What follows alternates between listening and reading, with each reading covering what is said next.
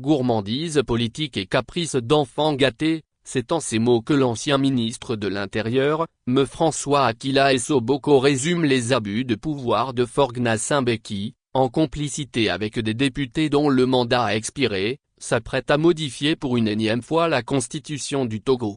Les informations circulent sur cette modification constitutionnelle en catimini, comme l'appelle l'ancien ministre de l'Intérieur, depuis quelque temps. Le projet est d'ailleurs en étude à la commission des lois de l'Assemblée nationale, une institution dont le mandat des membres était arrivé à terme depuis décembre dernier. Les interpellations des organisations de la société civile et autres acteurs sociopolitiques ne semblent pas arrêter les auteurs de cette forfaiture.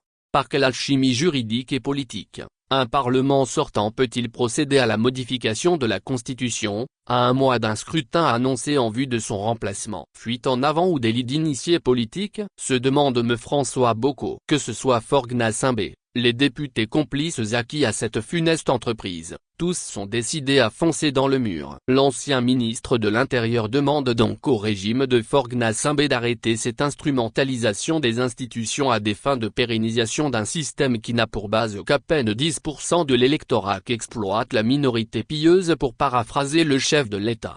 Il rappelle que c'est depuis 2005 que Forgue Gnassingbé n'a cessé de prendre les institutions de la République comme des jouets qu'il manipule comme un enfant gâté.